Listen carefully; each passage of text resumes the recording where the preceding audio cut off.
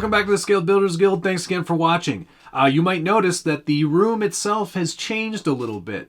Yes, it was time for a remodel. It was time for an upgrade in the workshop here.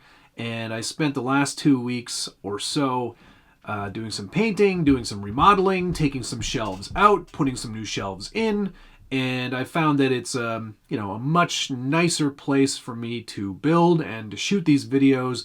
And I can also have a cool banner up behind me so you know who I like. It's nice to have a new old space to work in, or an old new space, whichever you want to say. So back to the task at hand. We're taking a look at the new Spektrum DX5C budget-friendly radio.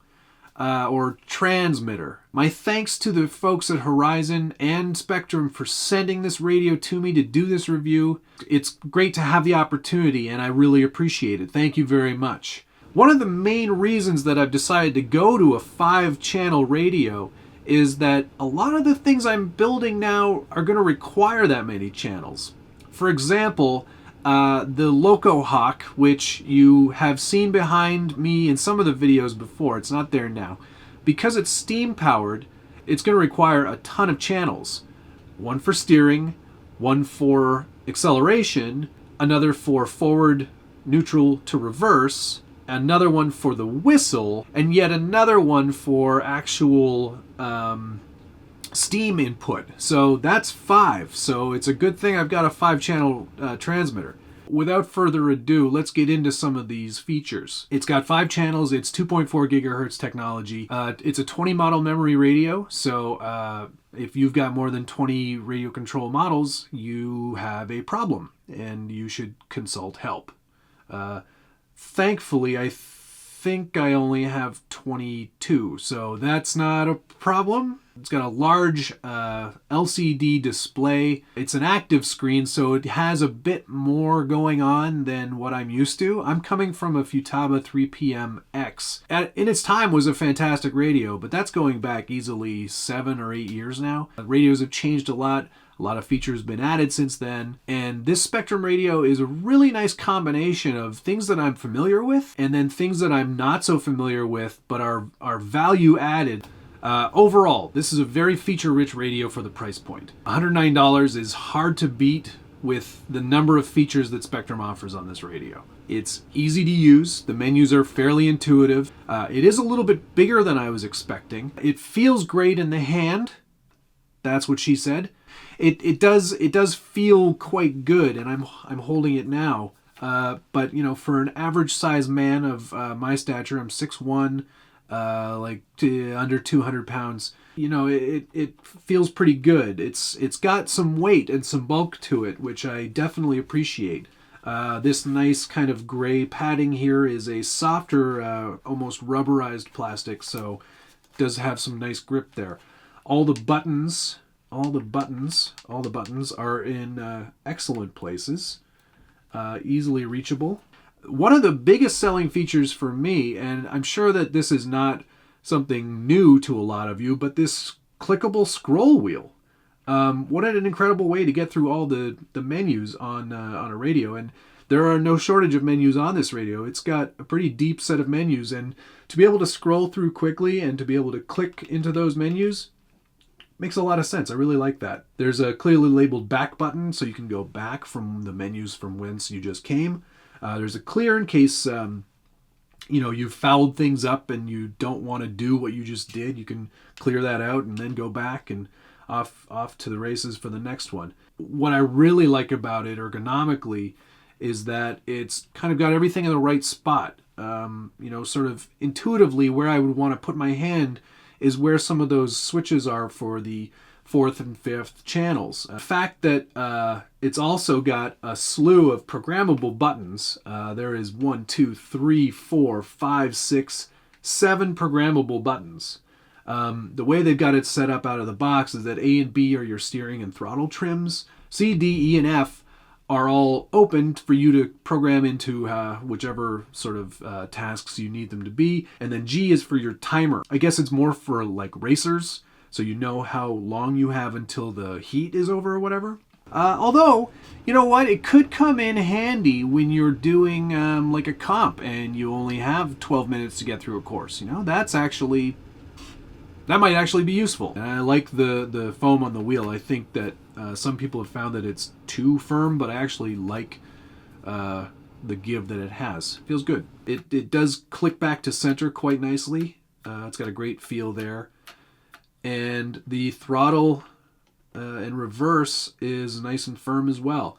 If you want to adjust how springy that steering is or how quick it goes back to neutral, there is a option to do that, and it's just through a little screw in the bottom, and you can tighten it up or loosen it to your heart's content. They definitely, when they built this, I think they definitely went for value over looks. It's not a handsome radio. It's definitely value, but it's value in all the right places. The one downside to the shape and the ergonomics of it is that it is a little more complicated to do one-handed driving. I can just reach the wheel with my thumb. That said, I think that there's an excellent opportunity here to go to Shapeways and see if I can't find a little add-on to the wheel so I can, it's almost like a toggle, so I can toggle with my thumb instead of steer actually gripping it. That might be a thing that I might have to do because I end up filming a lot and driving at the same time. So it's nice to have that ability to do things one-handed. In terms of its durability, there's not a lot of pieces here to break off. It's all fairly strong and feels like it's well constructed. I like the fact that it doesn't have a extendable antenna. I found that always kind of be the one kind of thing that typically would break off. I mean, the benefit of 2.4 gigahertz is that you don't really need an antenna much longer than this anyway. So that's, I'm sure, a feature that is offered on a lot of different radios these days. I think even if you held it upside down or if you dropped it, the antenna stub would prevent the screen from getting scratched. So that's a nice little feature as well. The display is big. It's funny, when I first started kind of playing with it, I was like, oh, that screen's not very bright. And then I realized I still had the protective coating on it. And it's actually, it's much brighter when you take that off. It is quite easy to read the display. I find that it's nice and crisp. There's a lot of detail, and I don't find myself ever really lost. I know where things are and where I need to look for them. We can go through the menus. There's a lot of them, and a lot of them are totally new to me. One thing that Spektrum does differently from some of the other radio manufacturers is endpoint adjustment, or EPA, is labeled as travel. So that's one of the menus. And I'm going to bring it up here so I can sort of play along as we go here. As you first turn on the display, it's really nice. It's got this sort of welcome screen that comes on. And you can actually go in and program it so your nickname or your name is a thing that welcomes you, which I'm going to show you now. It's nice to be greeted by your name. It makes me feel like the radio is part of me. So beyond that, the menus are quite deep. Obviously, there is your main screen, where on that main screen it displays your current model. It displays your steering rate. It says Spektrum on it, so you know which radio you're holding. It shows a nice big timer display. And then, of course, it shows your steering, your throttle, your brake, and then all three of your auxiliary channels to sort of show you where things are based on this current setup. With one click down on the menu, you can actually see in real time where your steering and throttle and, say, your auxiliaries or whatever all are. So it's sort of like, it's kind of like telemetry, but not really. And we'll get into that in a little further on down the road. Go back to the main menu. You can go into your model select, and you can either go back, select the current one, or add new. Like I said, there's room for 20 on here, so plenty of choices, plenty of opportunities to add new models. And I like that you can name each one with up to, I think it's 8 characters, which gives you plenty to work with on a screen this big. And then under model name, you can adjust the name of your current model. Travel is EPA, so under that you've got all your options for your steering and your throttle and your auxiliaries. Subtrim, reverse. So if you wanted to reverse the throw of your steering or your throttle, you can go in and do that there. Same thing with all the auxiliary channels. Speed. Now this is something that it's kind of interesting, and I'm not too familiar with it, so I'm going to have to do some more research. But you can actually adjust how quick it reacts, or how much throw there is, I guess, or how quickly it moves throughout its thing. It's not Expo. That's something else entirely. So we're going to need to do a little more research on that one, but I am curious to see what that's all about. Rates. Expo, of course, is how much increase and decrease in sensitivity there is from neutral for steering and throttle. And again, it's not something I use a lot, but definitely a nice feature to have. The timer, you can change the amounts up and down depending on if it's a count down, a count up, how to click it on or off. And then there's also options for a one-time or an alarm tone or whatever you want. So lots of cool features even in the timer mode. Then the binding menu, which we all know about binding. Mixing, which I saw a really cool video. Somebody's using the DX5C, and I'll have to get the name and put the link in the description because it's actually a pretty cool feature. He's tied his servo winch to his throttle, and I guess it's something you can turn on and off via a switch. But he's got it so if, let's say, he's winching out of an obstacle, the winch spools in. But at the same time, he can accelerate. So whilst he's accelerating throughout that rate of travel, the servo winch can increase or decrease the speed based on if he's going faster or slower on the throttle. So it's actually kind of like, as the winch is pulling in, you're also giving it gas, and it's taking one thing away that you have to worry about or think about when you're in the middle of a competition, say. So that sounds like a pretty cool feature, something I definitely want to check out. AVC stands for Active Vehicle Control, and from what I understand, it's sort of like an ABS or traction control for your RC. I've never seen it work in person. I've never seen it on or off, but definitely something I'll check out. And now that I've got receivers that allow for AVC, hey, who knows? Maybe something to check out. You've got your pretty standard trim setup, your auxiliary assignments. So in the auxiliary assignments, you can set which button does what for what channel. Of course, one of the things that I kind of lamented about the 3PMX that I'm coming from is that it was super difficult to set up a 3-position switch on one of the, or on the third channel, because it was only a 3-channel radio. This is super easy. You go into auxiliary assign, you go down to your auxiliary 1, you go down to where you want it to be on the switch. I set it for F. You go into mode. There is linear. You can go to a 3-position switch. You can do a 2-position switch.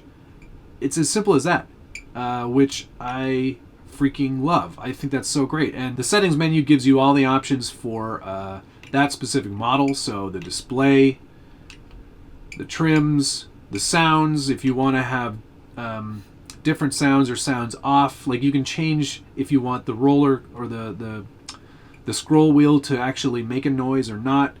Key clicks, trims, timers, everything can make a sound or not, which is cool. It's nice to be able to turn those things off. You can also go into calibrate, and calibrate makes sure that everything works.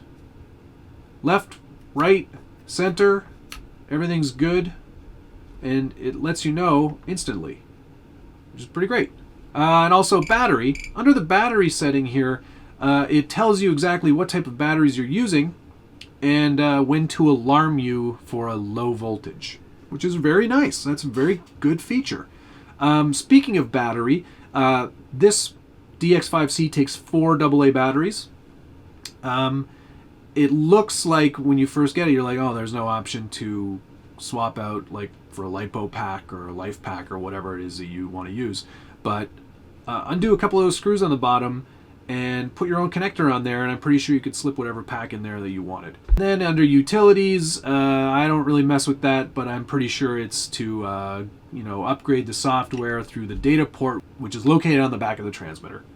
Yeah, there's a lot of stuff there. It goes pretty deep. For a radio that's $100, you really have a lot of opportunity there to try things and to experiment and to find out what works best for you. And to be able to kind of move things around and have the freedom to make adjustments and decide where you want to assign your auxiliary channels, or mix some of those things together so one thing will affect another.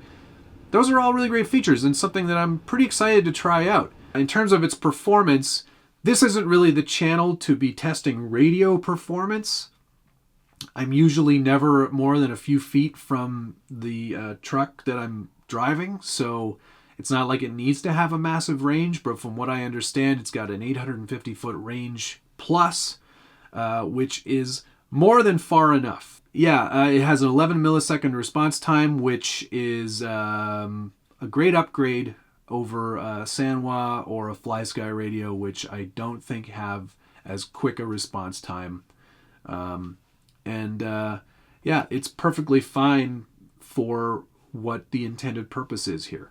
It still uses bind plugs, which is a little ancient technology, but once it's bound, it stays bound. I don't know. I don't have a lot of experience with binding and unbinding, but I'm not too fussed by that. I think, if you're smart, which I will be, I'm going to put the bind plug into where the batteries go, so that way it's always handy and ready in case I do need to bind. Can't say anything about glitching because I haven't tried it with anybody else present, so you'll have to come back to me on that one. But I do plan on doing a follow-up video after I've had some more time with the radio. This is sort of like an initial, let's get a good look at it, let's play with some of the features and see what it has versus other things. So that's a lot of the pros. It seems like it's a pretty awesome radio for the dollar value.